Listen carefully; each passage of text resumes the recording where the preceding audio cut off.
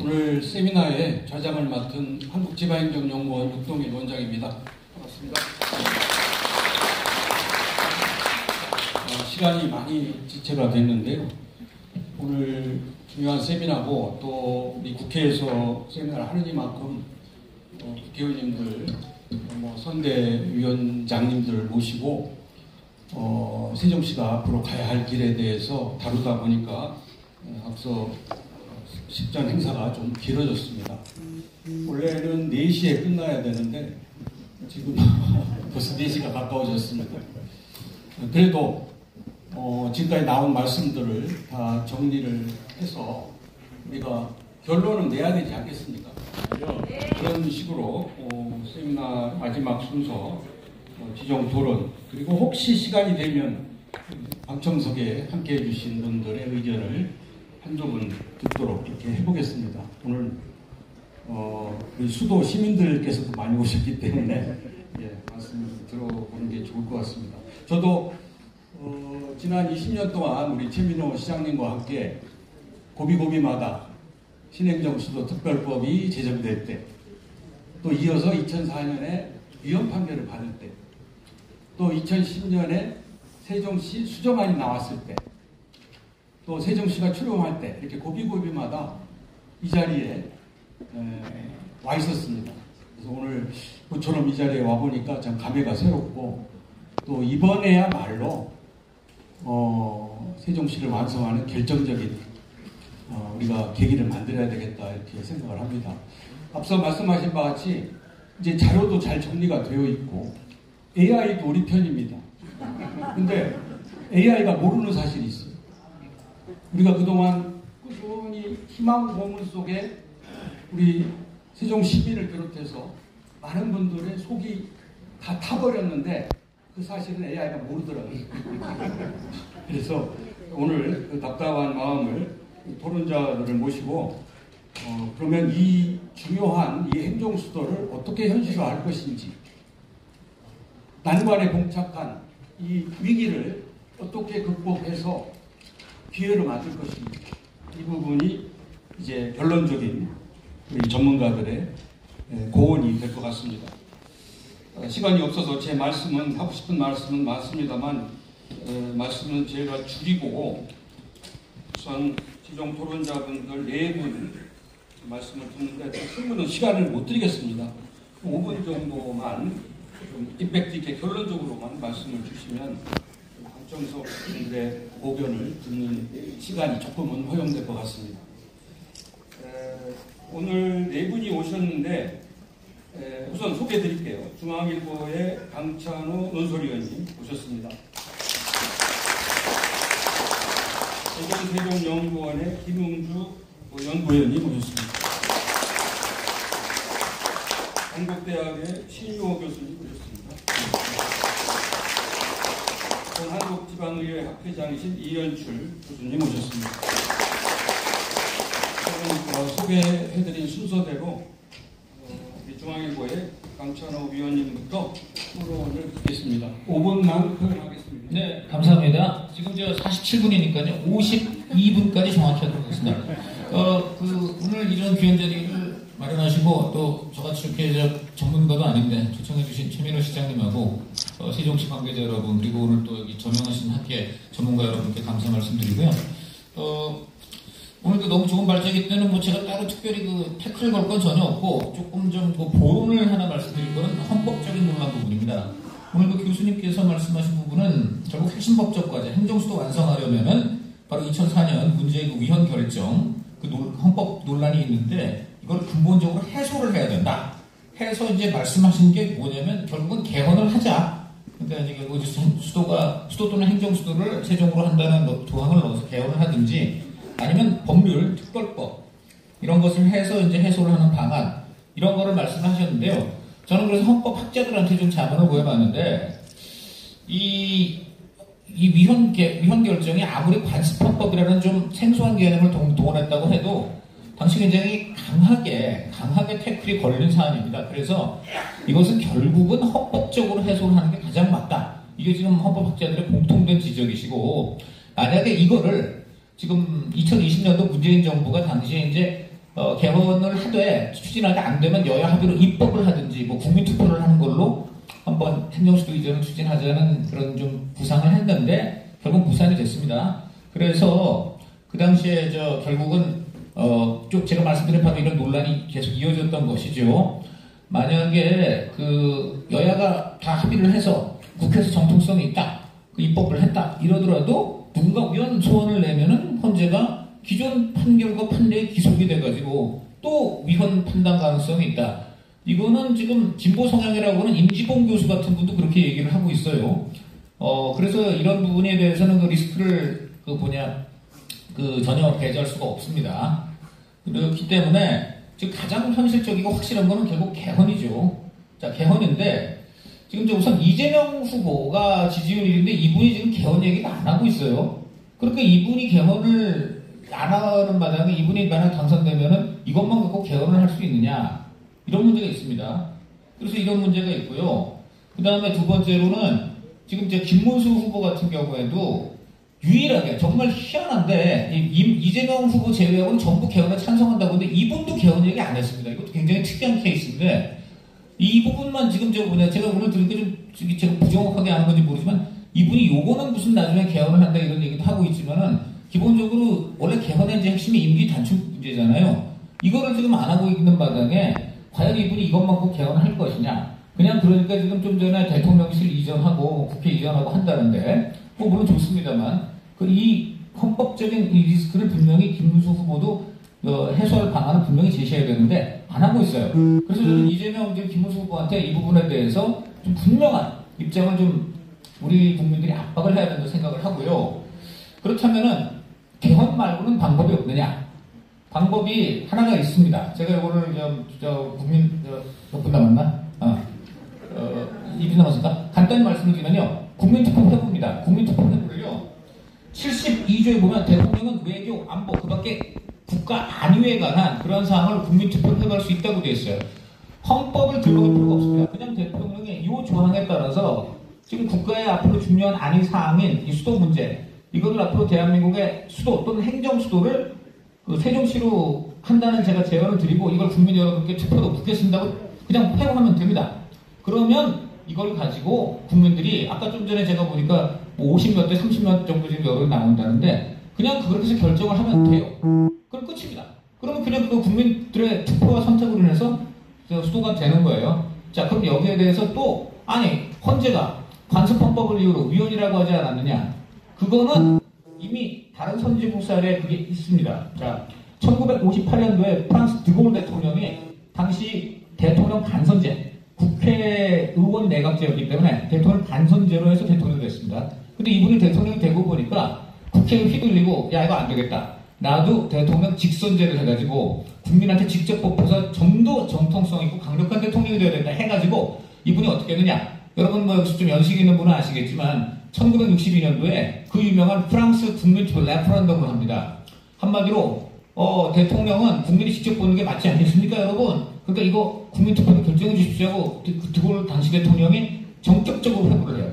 그 당선된 직후에. 그러니까 국민들이 어떻게 했느냐? 무려 63% 가까운 국민들이 대통령은 직선제라는 게 맞다고 찬성해 줬습니다. 32%만이 37%가 그 당시에 반대를 했는데 2배 가까이 찬성을 했기 때문에 그냥 이걸로 어떻게 된 거냐? 헌법 개정의 효과까지 거둬버린 거예요. 그런데 왜 이게 문제가 되냐면요. 드골 대통령은 이 대통령제 이렇게 직선제에서 간선제 직선제 바꾸고 이런 거는 사실은 아시다시피 헌법 개정 사항이고 국회 우리도 마찬가지로 3분의 2 그런 식의 국회의원들이 찬성을 해줘야 되는데 국회에 가면 국회는 힘 뺏기니까 직선제 절대 허용 안 해줍니다. 그러니까 대통령이 아예 그냥 어떻게 보면 우회하는 방법인데 바로 국민한테 묻겠다고 해버린 거예요. 이게 굉장히 그때 논란이 됐습니다. 하지만 국민들이 압도적으로 찬성을 해주니까 이게 방법이 없는 거예요. 그래서 이게 헌법학에 아예 하나의 이론으로 채택이 됩니다. 뭐냐? 헌법에는 개정이 2가지 방법이 있다. 정상적인 개정, 헌법에 따른 개정. 그 경우는 아까 말한 대로 국회를 통과해서 먼저 국회의원 3분의 2의 찬성을 받고 그 다음에 국민투표에 부여해요. 이게 이제 일반적인 건데 비정상적인 헌법 개정 방법도 있다. 이게 바로 전혀 그때 그 유명한 1962년도 프랑스 국민투표 레퍼런덤에 따른 대통령 간선제에서 직선제로 전환입니다. 이걸로 인해서 여러분들이 지금 알고 계시는 모든 프랑스 대통령이 직선제로 당선이 돼서 지금까지 이르게 된 것입니다. 그러므로 간단합니다. 이재명 김문수 후보 지금은 표를 얻기 위해서 뭐 지금 이전한다 만다 하는데 제가 볼 때 실질적으로 과연 이전할지 굉장히 의문이고요. 지금 이 자리에서 그냥 간단히 국민투표 붙이시라. 붙일 수가 있습니다. 더군다나 그걸보다 훨씬 지금 사정이 좋아요. 왜? 이거는 헌법에 아예 확실하게 충돌이 되는 대통령 직선 간선 문제가 아니고 지금 우리 헌법에는 명문으로 없어요. 수도 규정이. 그러므로 헌법과 충돌할 이유가 없습니다. 국가 안위에 관한 사항은 충분히 됩니다. 그러니까 국민투표 그냥 구의해가지고 그냥 결정해버리면 됩니다. 그렇게 되면 대한민국의 수도 내지 행정수도가 그냥 세종시로 국민이 결정해서 하게 되는 겁니다. 여기서 한 가지만 저는 도론을 붙인다면 네덜란드 방식이 좋은 것 같아요. 아무래도 서울이라는 간섭헌법적인 이런 것도 있고 하니까 서울은 공식적인 수도처럼 해서 경제 문화 중심지로 해서 수도의 어떤 위상을 국제적으로 갖되 헤이그처럼 세종이 행정, 사법, 입법 이런 것에 중심이 되고 양 도시 간에 아주 원활한 소통, 교통이 이루어져서 윈윈 발전하면 되지 않게 생각합니다. 예, 이상입니다. 감사합니다. 2분 추가하겠습니다. 죄송합니다. 네, 헌법으로 정면 돌파를 해보자. 아니, 헌법이 아니고 국민투표입니다. 국민투표. 근데 다만 이제 조금 우리가 고민해봐야 할 문제는 재헌 국회 당시에 수도권 국회의원이 19.5%밖에 안 됐더라고요. 200명 중에 39명. 근데 지금 22대 국회는 수도권 253명 지역구에서 수도권이 121명입니다. 48%예요. 절반이 수도권 국회의원입니다. 민주당이 수도권 국회의원을 많이 장악하고 있는데 84% 장악하고 있습니다. 그러니까 민주당이 굉장히 행정수도에 대해서 굉장히 호의적이고 또 이슈를 굉장히 선도하고 있습니다만 수도권의 자신의 지역구에 대해서는 고민하지 않을 수 없다는 겁니다. 그 점을 우리가 정치 현실에서 좀 고민해서 봐야 되고, 그 다음에 공교롭게 이번에 거대 양당 두 분이 다 경기지사 출신입니다. 네. 우리 세종시가 만들어졌지만 세종시의 수도 인구가 많이 넘어오지 않은 이유는 경기도가 2도시, 3도시, 신도시를 만들어서 거기서 머무르고 있는 거예요. 이 문제를 극복해야 되는데 두 분 경기지사 출신 두 분이 좀 새로운 마인드를 가지고 세종시를 다루어지기를 다시 한번 기대해 보겠습니다. 자, 두 번째 김웅주 연구위원님 부탁합니다. 네, 안녕하십니까. 세종연구실의 김웅주입니다. 앞서 이제 토론에서 말씀 주셨듯이 국민투표로 갔을 때 좋은 방향이긴 한데 무엇보다 우리가 선행해야 될 게 왜 행정수도가 만들어져야 되는지에 대한 방향성 우리가 잘 알려야 된다고 생각을 합니다. 왜냐하면 이제 인구 지형도 90%가 수도권 서울에 집중되어 있기 때문에 실질적으로 얼마만큼 세종시의 행정수도 이전에 대한 동의를 줄지에 대한 의문이 좀 있기 때문에 거기에 대한 헌법적 가치에 대한 당위성을 우리가 적극적으로 알려야 된다는 생각을 합니다. 그래서 기존에 물리적으로 기관 이전을 떠나서 헌법적 가치를 실현한다는 차원에서 우리가 수도권 일극화 해소라든가 국가균형발전을 실현하기 위한 차원에 대한 논의를 하고 알리고 그게 국가의 백년지 대계에 필요한 것이다라는 것을 우리가 지속적으로 알려가야 되지 않을까라고 생각을 하고 있고요. 그 과정 속에서 우리가 행정수도 신행정수도 건설이라는 특별법이 제정되고 위헌 판결을 받고 다시 행복도시법에 근거한 세종시가 탄생하게 됐지만 그럼에도 불구하고 세종시가 자치권이라는 관점에서는 그 행복청이랑 이원화된 주체이기 때문에 한계 우리가 봉착해 있는 여러 가지 과정들이 있었지만 그럼에도 불구하고 세종시와 세종시민, 춘천권의 각고의 노력을 통해서 우리가 세종시는 명실상부하게 행정수도를 기능하는 그러한 역할을 하고 있다라고 좀 평가를 해보고요. 그 과정 속에서 우리가 특히 중점을 둘 만한 사항들은 국회 세종의사당을 설립하고 대통령 제2집무실을 설치할 수 있는 법적 근거를 명확히 한 부분이 있습니다. 그래서 국회 세종의사당 같은 경우도 국회 기능의 일부를 우리가 상임위 본회의를 제외하고 대부분의 기능들을 이전한다는 것이 입법 기능의 본질을 침해하지 않는다라는 어떤 헌법적인 허용이 이루어진다는 해석이 적용됐기 때문에 가능한 부분이고요. 그래서 지속적으로 우리가 세종시의 그 행정수도 기능 강화를 위한 자세를 취해야 되는 부분이다. 중요한 중수적 기관들이 넘어올 수 있도록 해야 된다는 말씀을 드려보고요. 더 나아가서 서울이 수도라는 관성헌법이라는 그 주장에 대한 강한 반론들도 제기되고 있는데 수도의 지위는 헌법에 명시된 바가 없다라는 학계의 논의들도 있습니다. 즉 국회의 입법 권한에 관한 사항은 그 헌재가 침해했다라는 의견들도 동시에 제기되고 있는데 서울의 수도적 지위는 법률적인 해석사항이어서 수도 이전은 헌법 개정 없이 가능하다라는 주장이 학계에서 널리 그 힘을 얻고 있는 상황이라고 보실 수 있습니다. 이러한 상황에서 세종시가 행정수도를 완성하기 나가기 위해서는 다양한 헌법적, 입법적 논리를 우리가 종합적으로 검토하고 제도해 나갈 것이다 라는 말씀을 드려보고요. 그 과정 속에서 몇 가지 제안을 좀 드릴 수 있을 것 같습니다. 물론 수도 개념의 헌법적 명문화는 필요합니다. 그래서 우리가 세종을 행정수도로 한다든지 수도는 법률로 정한다라는 것을 우리가 비교할 수 있을 텐데 각각의 그 헌법 조항에 나온 그 수도를 법률로 정한다라든가 세종시를 수도로 정한다라는 것에 대한 일리안을 그 장단점을 비교해서 우리가 그 사회적 공론화와 어떤 정치적인 전략적 접근을 통해서 논의해야 될 것이다.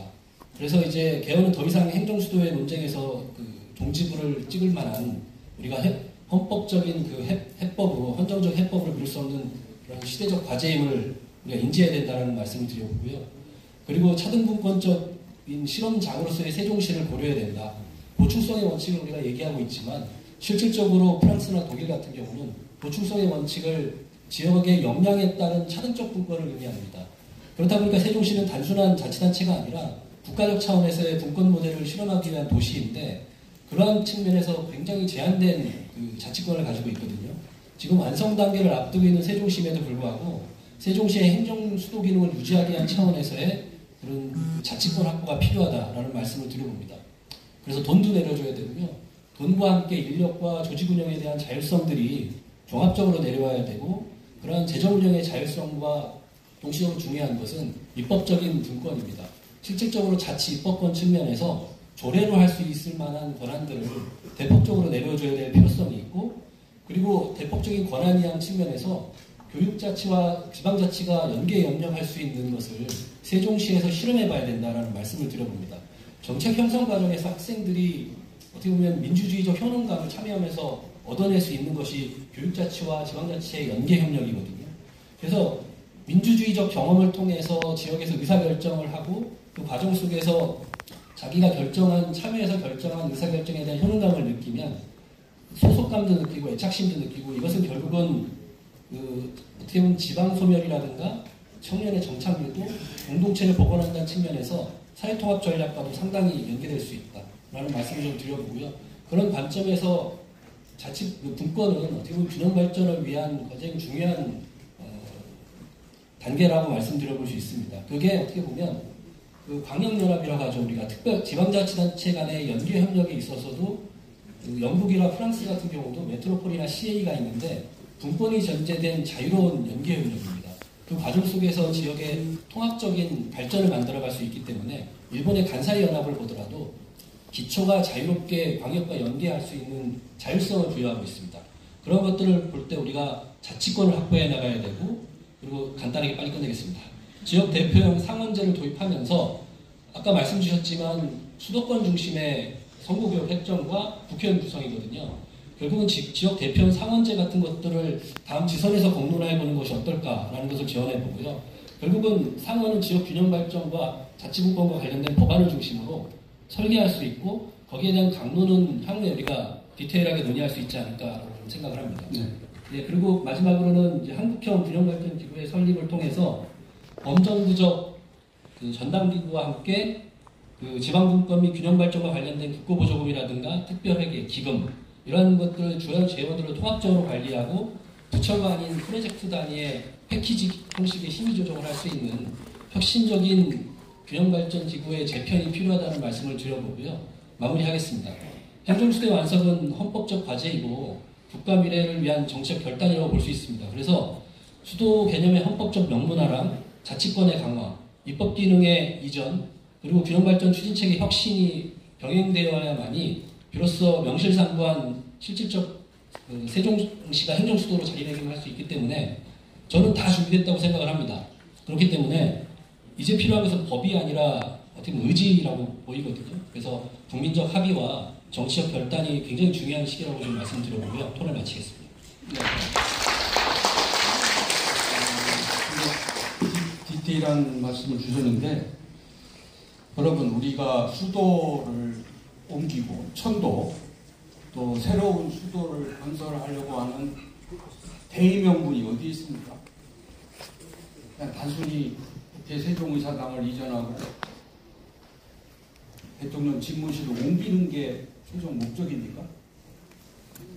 저는 그거는 수단이고, 우리가 수도를 옮기는 근본적인 목적은 새 시대 정신을 맞이하는 겁니다. 우리가 지금 우리가 왜 조기 대선을 합니까? 국정 운영의 틀과 방식이 잘못돼서 새로운 대통령을 뽑게 된 거예요.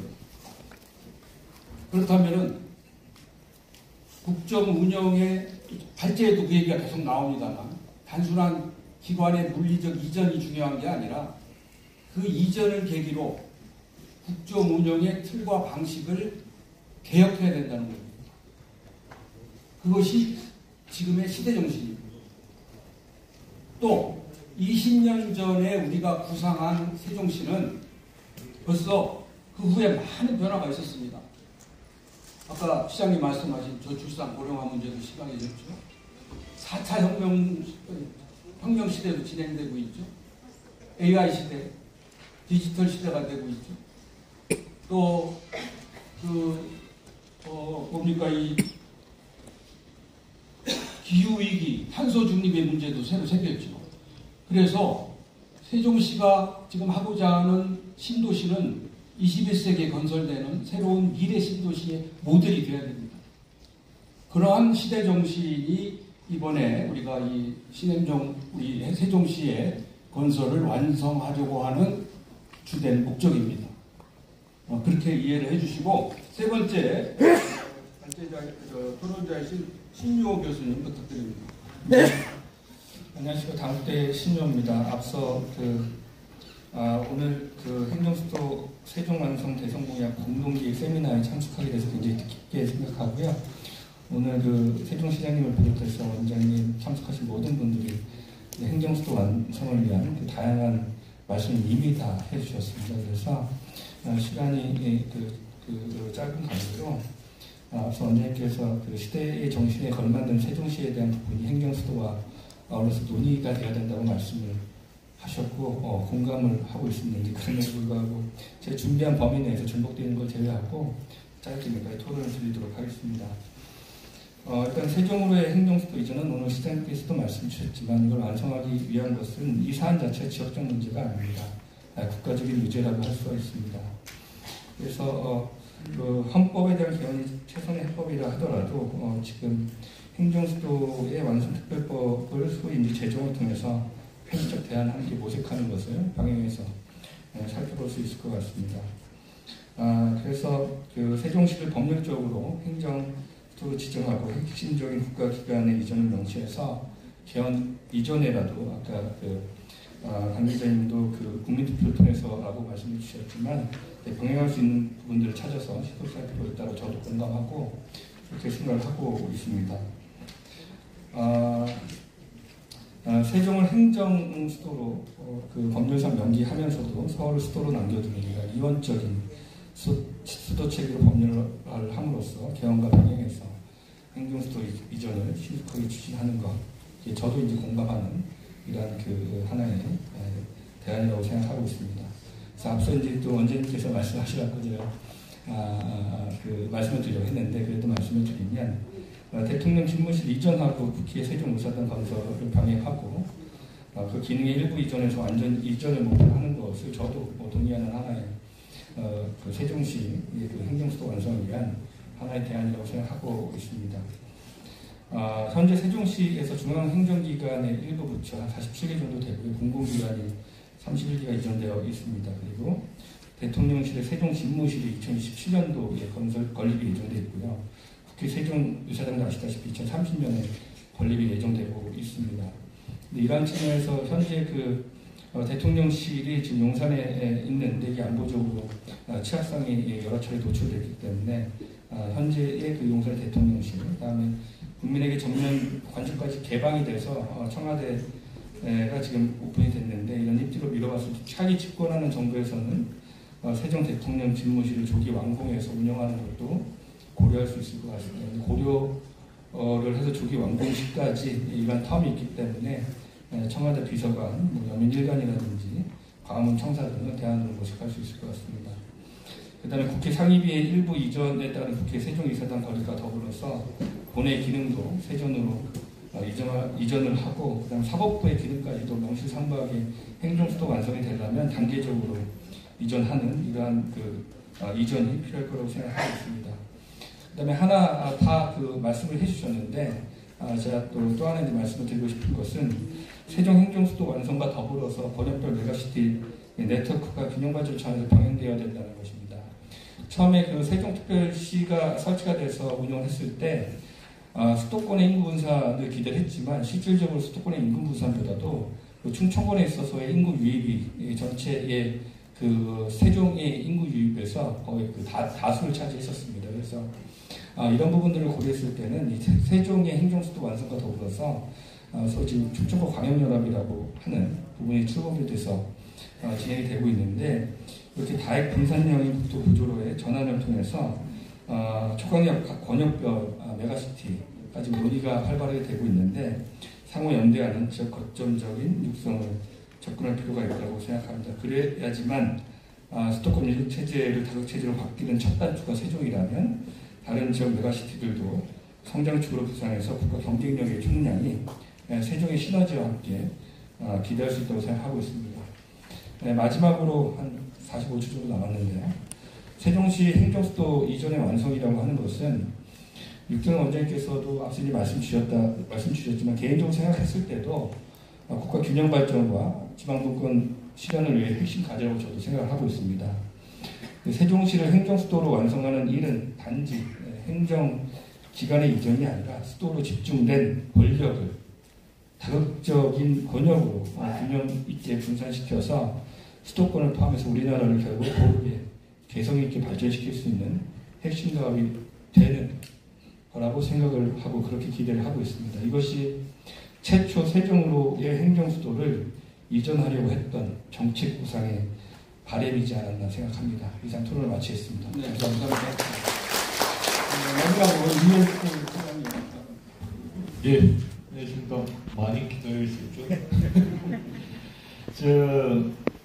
앞에서 중요한 말씀들 많이 하셨는데, 제가 이때까지 본 공약 중에 가장 잘못된 공약이 사실은 행정수도 공약, 새만금 공약이 그냥 선거 때 제대로 정리 안 된 공약을 던지고 치고 빠지고 하다 보니까 이제 이게 누구도 책임을 안 지는 공약이 돼서 새만금은 30년 동안 그 훌륭한 땅을 노지로 만들어 놔버렸고요.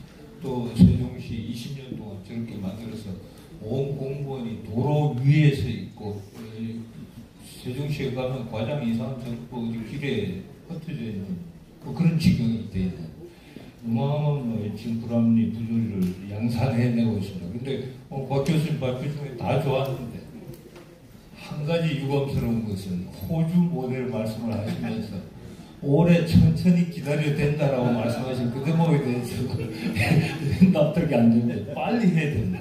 이게 1년에 우리가 길거리에 쏟아붓는 돈, 시간, 비용 얼마나 소모가 되고 있습니까? 그것뿐만이 아니죠. 그래서 제가 비용에 대해서는 거의 다 설명을 해뒀다라는 말씀을 드리고, 우선 저는 그래서 이제 공약을 이번에 좀 제대로 해야 되겠다. 공약이라고 하는 것은요, 우선 로드맵이 구체적으로 정해져 있어요. 내가 집권을 하면은 나는 어느 기간 동안에 이러이러한 일정으로 이 과학을 완수를 하겠다. 그 다음에 이 일을 하려면 찬성과 반대가 있다. 어떻게 공론화를 하겠다. 그 방안 중에 하나가 선거 기간이라는 것이죠. 선거 때 많은 국민들에게 진정성 있는 비전을 던져서 그것을 통해서 표를 얻는다면 집권 후에 얼마나 이게 추진하기가 쉬워지겠습니까? 그런데 그 얘기에 대해서는 한마디 얘기를 안 합니다. 구리시가 수도 유치를 하겠다. 그런데 그렇다고 해서 수도권 눈치 보고 세종 얘기 안 하고 그러면 또 추진하려면 또 저항을 받죠.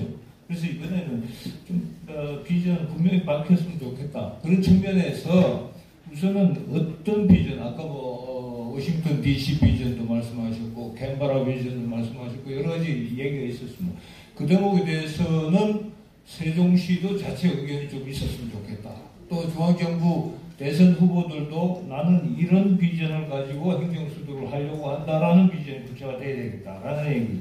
그게 특히 중요합니다. 특히 저는 요즘 왜 청년들이 아까 발제 중에서 2015년부터 수도권으로 인구에 집중을 하느냐 이겁니다. 요즘 청년들 과거 같은 제조업 뭐 이런 데 취업을 안 하려고 합니다. 전부 지식 서비스 산업에 가려고 하는 겁니다. 네이버, 카카오, 넥슨 이런 데 가려고 하는 겁니다. 그래서 아까 양현재 의원 발표했듯이 그런 반도체 클러스터 이런 데 가서 일을 하려고 하는 겁니다. 그래서 이제 그러한 산업 구조의 재배치가 돼야지 국토의 균형 발전이 가능하다라고 하는 그 비전을 던져줘야 되는 겁니다. 그러면 국민들이 납득을 하죠. 그래서 제가 그런 어떤 비전과 공론화 방안 로드맵이 구체화되어야 되겠다라는 것이고 그 이후에 이제 구체적 추진 방안에 대해서는 사실은 지금 이 나라가 쑥대밭이 되도록 하는 데 있어서 권력 구조의 문제, 87년 체제의 문제 이 대목에 대해서 얘기 안 하고 이번 대선을 치르려고 한다면 이거는 사기꾼들이 하는 일입니다. 그래서 정말 제대로 된 이 앞으로 내가 집권하는 기간 동안 우리나라를 새롭게 만들어야 되겠다. 그러니까 사회 계약을 새로 쓴다라고 하는 각오로 집권에 임해야 되는 것이죠. 자, 인구 구조 보십시오. 1000만 노인 시대가 됐습니다. 작년 연말부터. 자, 인구의 4분의 1 가까이가 지금 1000만 노인입니다. 과거 같은 국민연금, 그 다음에 의료보험 체계로 앞으로 미래 세대 살아남겠습니까? 그거 안 됩니다. 그러면 이거 고쳐 나가자라고 국민들을 설득해 나갈 지도자의 용기가 있어야 되는 거 아닙니까? 국토, 지방 소멸, 이게 지금 절실한데, 왜 국토의 11%의 수도권 인구가 51%가 몰려 사는 구조, 이게 정상입니까? 그럼 이거 국토 대개조를 해야 되겠다라고 하는 비전을 던져야죠. 그래서 지난번에 저도 이제 행정체제개편 자문위원도 했었습니다만, 여하튼 국토에 관한 새로운 사회계약을 던져야죠. 인구에 관한 사회계약처럼. 그다음 경제, 지금 이 노인들, 1000만 노인들이 가지고 있는 돈이 사회를 베풀어져서 그것이 생산 현장으로 돌아가도록 하고, 그리고 청년들이 일자리를 가지고 뭔가 워라밸이 가능한 속에서 이 아이들이 태어나려면 기업과 나라와 이 민간이 협약을 맺어야 되는 것 아닙니까? 그러한 사회 계약을 던지는 것이 이번 선거인데, 이게 무슨 대통령 집무실 하나 달라고 옮기겠다, 국회 옮기겠다, 그것도 구체적이지 않아요. 그런 공략하는 선거라면 매우 문제가 많은 선거고 앞으로도 또 황당한 결과들이 온다. 그래서 세종이 우리 시민들 중심으로 해서 국민적 공감대를 조성하는 노력들을 여러분들이 해주십사는 부탁 말씀드리면서 저를 마칩니다. 감사합니다. 당에서 세종시도 완성에 대한 총론적인 동의하고 다 대동서 얘기 나왔습니다만 이걸 구체적으로 실현하는 로드맵, 실천 프로그램 전략은 없었다는 거죠. 그런데 다행히 우리 세종시가 얼마 전에 26개 대선 공약화를 정리해서 제시를 했어요. 거기에는 아주 중요한 내용들이 많이 담겨져 있습니다. 지금 수도권과 비수도권이 이렇게 자꾸 불균형과 격차가 심화되는 이유는 일자리 문제, 교육 문제, 부동산 문제, 그리고 의료 복지 같은 정주 여건의 문제입니다. 이게 해결되지 않으면 아무리 공공기관 이전이 세종시에 몰려도 수도권 인구는 줄지 않고 세종시는 수도화되기가 어렵습니다. 그래서 세종시에서는 그런 문제를 해결하는 기본적으로 국가 메가 싱크탱크를 조성해서 인재를 육성한다. 그러니까 기업이나 정부기관이 와도 인재들을 제공하겠다는 거죠. 거기다가 일자리를 위해서 성장 동력, 기반 조성을 위해서 7가지 대안도 제시를 했고요. 또 뭐 개원, 세종시법 개정 이런 총망라적인 그런 공약을 정리해서 제시를 했기 때문에 이거를 정치권에서 받아주기만 하면 됩니다. 그거를 강조를 드리고요. 자, 이제 지정 토론자 의사는 다 코멘트를 다 끝났는데 17분까지 끝내달라고 자꾸 뭐 재촉이 오네요.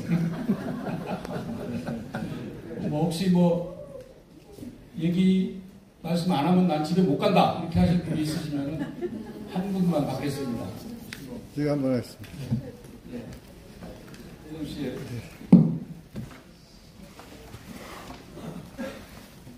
네, 오늘 이동일 원장님을 비롯해서 오늘 토론 발표자여러분 고맙습니다. 저는 세종사랑 시민연합회 수석 회의장을 맡고 있는 황순덕입니다. 이 세종시가 탄생되기까지 머리를 4번 깎고 단식을 4번 해서 세종시를 제가 만들었습니다. 우리 오영철 회장님이 수작을 하려면 돈이 많이 들어가요. 우리 오영철 회장님이 뒷돈을 다 대줬습니다. 그때는 우리 오영철 회장님 고맙습니다. 아까 여러 프로자나 파부장님께서 말씀하셨지만은 이 서울이 수도라는 게 헌법에 한 글자도 없습니다. 지금 헌법학자라든지 여러 학자분들께서 지금 말씀하시는데 우리가 세종시가 수도라고 하면은 뭐 누가 말하는 헌법 그때 당시 2004년 10월 20일 날 그 못된 헌법 재판관들이 있어가지고 그런 결과가 나타난 겁니다. 그때 그래서 우리가 그 헌법 재판관들 화형식도 하고 했습니다. 근데 그게 여태 벌써 20년이 돼도 해결이 안 되는데 이번에는 우리 이제 대통령들께서 모두 공약을 하셨고 후보자가 이제 이번에는 꼭 될 수 있도록 오늘 여기 오신 분들이 모두 힘을 합해야 된다고 봅니다. 이것이 우리 세종시만의 문제가 아닙니다. 우리 아까 말씀하셨던 우리 대한민국의 미래 발전을 위해서는 꼭 세종시가 행정 수도로 될 수 있도록 함께 많이 도와주시면 고맙겠습니다. 감사합니다. 결론을 말씀을 주셨는데 아무튼 오늘 발제로 제가 이번에 오랜만에 처음 세종시 관련 논문을 아주 잘 정리된 논문을 처음 봤습니다. 여러분들 시간 나실 때 한번 보시면 잘 정리가 될 테고요. 그리고 오늘 참여해 주신 국회의원님들 또 우리 최민호 시장님들이 그 세종시 완성에 구구절절히 필요한 이유를 잘 말씀해 주셨습니다. 저는 한 가지만 지금 우리가 개헌을 하든 국민투표를 하든 국민적 공감대 형성이 돼야 되잖아요. 근데 국민적 공감대 형성의 출발은 세종 시민의 단합에 있습니다. 세종 시민이 단합해야 충청민이 단합하고 충청민이 단합해야 전 국민이 단합할 수 있어요. 거꾸로는 안 됩니다. 그러니까 세종 시민들이 다시 한번 세종시에 산다고 해서 저절로 수도 시민이 되는 게 아닙니다. 세종 시민의 수도 시민 의식이 있어야 돼요. 그러려면은 수도 건설을 해야 할 이유를 설득할 수 있는 그런 논리도 충분히 숙지하셔야 되고 또 세종시의 내부에 여러 가지 뭐 정치적인 이견은 있을 수 있죠. 그러나 이렇게 중대한 고민 때마다 한 목소리를 내셔야 됩니다. 그래야 모든 문제가 풀릴 수 있어요. 오늘 아무튼 이 중요한 자리에 시간은 짧았습니다만 함께해 주신 우리 방청객 여러분께 진심으로 감사드리고 끝으로 우리 최민호 시장님의 마지막 마무리 말씀 듣고 끝나도록 하겠습니다.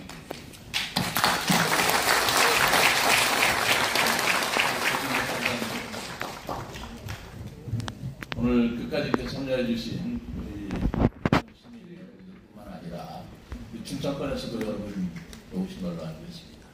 심지어는 수도권에서도 우리 세미나에 오신 분들 감사드립니다. 세 가지만 좀 말씀드리겠습니다. 저는 이렇습니다. 언제까지 우리가 행정수도 할 것이냐 말 것이냐 이제는 그렇게 논의할 때가 아닙니다. 한다 안 한다를 논의할 게 아니고 언제 어떻게 할 것이냐를 논의할 때입니다. 이제 총론에서 머무를 때가 아니에요. 강론으로 넘어가야 됩니다. 우리 학자 여러분들께서 오늘 많은 강론을 제시해 주셨는데 이제 총론은 20년 동안 얘기했습니다. 그래서 결론은 났습니다. 해야 된다는 거예요. 언제 할 것이냐, 어떻게 할 것이냐는 강론을 말했으면 좋겠다라는 문제죠. 그리고 두 번째로는 뭐 수도 얘기 자꾸 하잖아요. 서울은 어떻게 할 거냐, 천도냐, 아니냐. 그것도 낡은 생각이라고 생각합니다. 여러분, 지금부터 1000년 전에 고려라는 나라에는 그때 이미 수도를 3개를 두었어요. 고려의 삼경제도입니다. 개경이 있었고, 서경이 있었고, 남경이 있었어요. 나중에는 동경이라고 해서 경주도 수도를 삼았습니다. 그 전에 발해라는 나라는 5경을 두었어요. 경자가 서울 경자입니다. 상경, 중경, 동경, 서경. 이미 그 시대에도 어느 한 곳에 집중된 서울이 있다는 것은 그 농경사회에서도 바람직하지 않다. 우리 조상들께서는 이미 대한민국의 서울을 3군데를 두어서도 아시겠는데 서울 아니면 안 되고 세종 아니면 안 된다. 이런 고식에서 이렇게 우리가 갇혀 있어야 되겠습니까? 서울은 국가수도로 하고 세종은 행정수도로 하자. 나중에 평양이 통일되면 거기는 그 통일수도로 하자.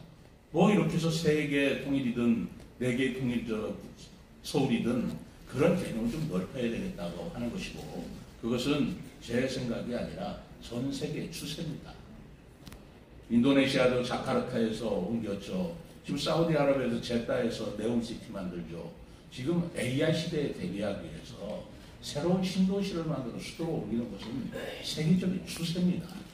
언제까지 600년의 서울에 우리가 고집해서 거기서 빠져나오지 못하고 옮겨서는 안 된다. 옮기는 게 옳겠느냐. 이런 생각이 머물러 있어야 되겠습니까? 저는 이제 그런 시대 아니라고 생각합니다. 마지막으로 3번째는 대통령실 국회 그것만 옮기는 것이 수도라고 생각합니다. 그것도 너무나 작은 생각이에요. 지금 이것의 그 행정수도의 근본적인 목적은 국회의사당 두고 대통령실 두자, 행정기관 옮겨서 우리가 수도라는 말 듣자, 이게 목적이 아닙니다. 정말 대한민국이 균형 발전을 이루어서 지역순환 문제를 해결하고, 그리고 수도권, 비수도권 내에서도 우리 각 지역이 균형 발전을 하려면 어떻게 해야 되느냐의 문제에 우리가 논의를 해야 된다고 봅니다. 저는 과감하게 얘기했습니다. 수도권에 자꾸 인구가 모이겠습니다. 아까 육동일 동장님께서 말씀하셨지만 가장 중요한 건 좋은 일자리가 있고 좋은 학교가 있으니까 서울 가는 겁니다. 그거 어떻게 못 가게 하겠어요. 그럼 좋은 일자리와 좋은 학교를 서울에서 지방으로 분산시켜줘야 됩니다. 좋은 학교, 서울대학교, 세종으로 오게 합니다.